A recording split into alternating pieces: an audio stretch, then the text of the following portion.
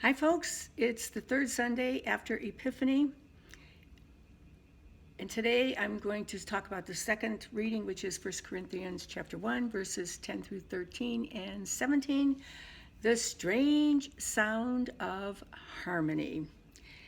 In 18th century America, when Alabama, Kentucky, and Ohio were the Wild West frontier of the country, and thanks to the missionary zeal of the Baptist and Methodists who brought the gospel west along the wagon trails, every small town had a Baptist and a Methodist church, usually facing each other in opposite corners of the courthouse square.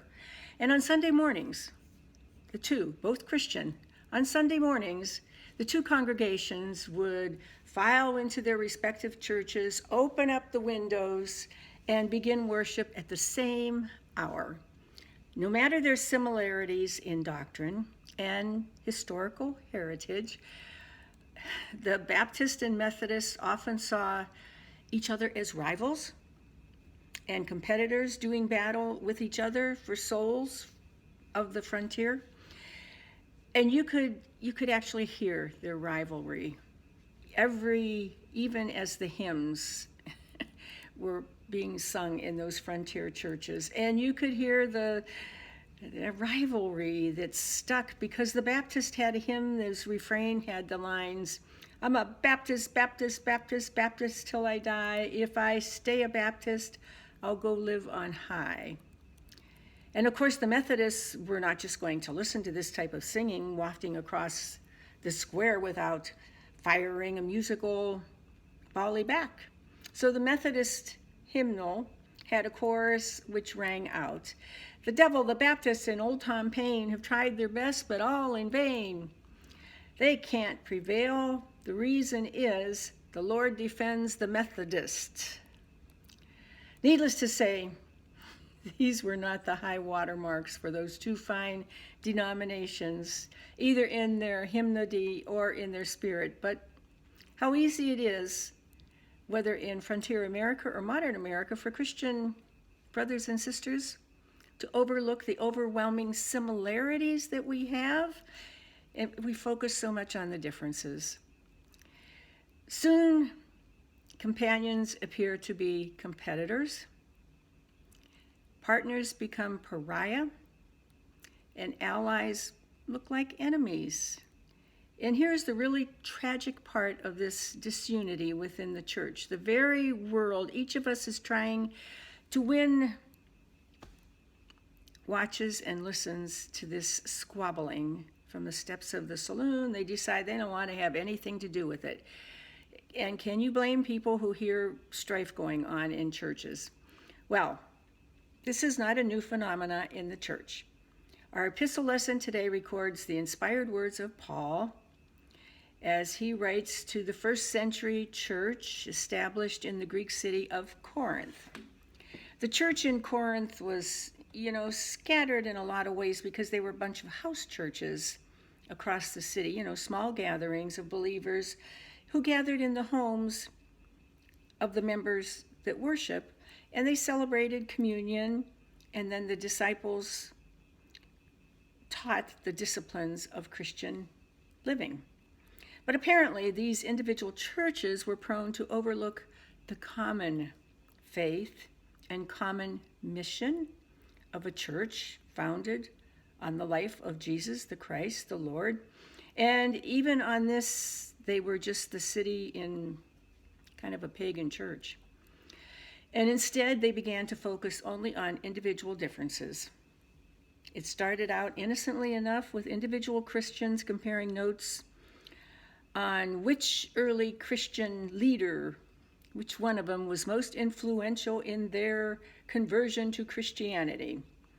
Some pointed out the Apostle Paul, others Peter, and to the brilliant and eloquent Apollos, and yet others to Christ himself. All of these were wonderful examples and heroes.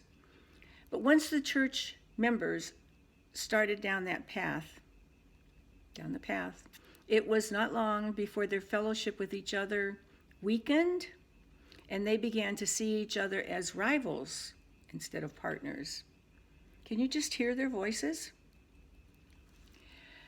One says, "My favorite apostle, Apollos, is the better preacher, better than your apostle Paul." And to which another might reply, "So what? I was baptized by Paul, so I was here in the church at Corinth before you got here." And another chimes in, "That's nothing. I trace my spiritual growth to the ministry of the apostle Peter, who was the apostle before Paul was even converted."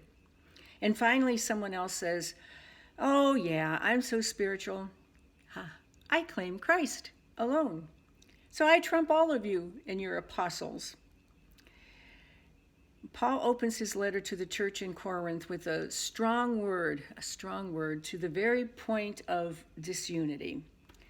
He will have no part of this among believers. Paul knows that we must all remember when we are tempted into joining and participating in a Corinthian squabble-like thing. You know, the world is watching and listening. They see us. They'll know we are Christians by our love. Sometimes that's not what they see. The world does not know how to figure which part of the Christian claim is correct. They don't even care. And they certainly want no part of anything that sounds petty and argumentative. Why? If they are all going to get in more of an argument and name-calling, you know, the world can get a stomach full of that just by turning on the news, a political debate, or even some of the so-called reality TV shows. Paul issues a strong warning to these feuding Hatfields and McCoys of the Christian Corinthian church. If they do not recover the sweet sound of harmony and unity, they will empty the cross of its meaning. They will empty the cross of its meaning.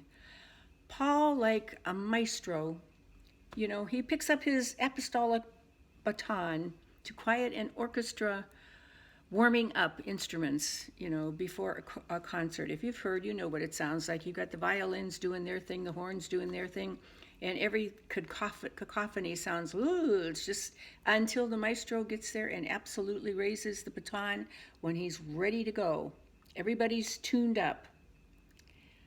And suddenly, the chaos is stilled. The instruments begin to play in concert, in harmony with each other. And oh, what beautiful music it is. That is what the world is listening for, the sound of harmony arising by surprise from a world of discord. So what about us? Can we hear the music of unity and harmony from us? It's time to stop warming up. The maestro has taken the baton.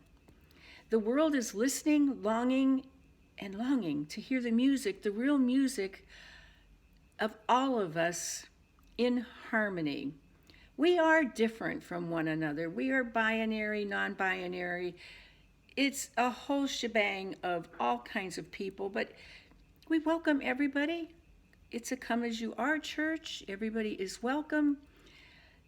We're all just like different instruments in the symphony. But if we learn our real differences do not make much of a difference when we really belong to Christ, you know, then a beautiful harmony begins to emerge. Can you hear it? And the people said, Amen.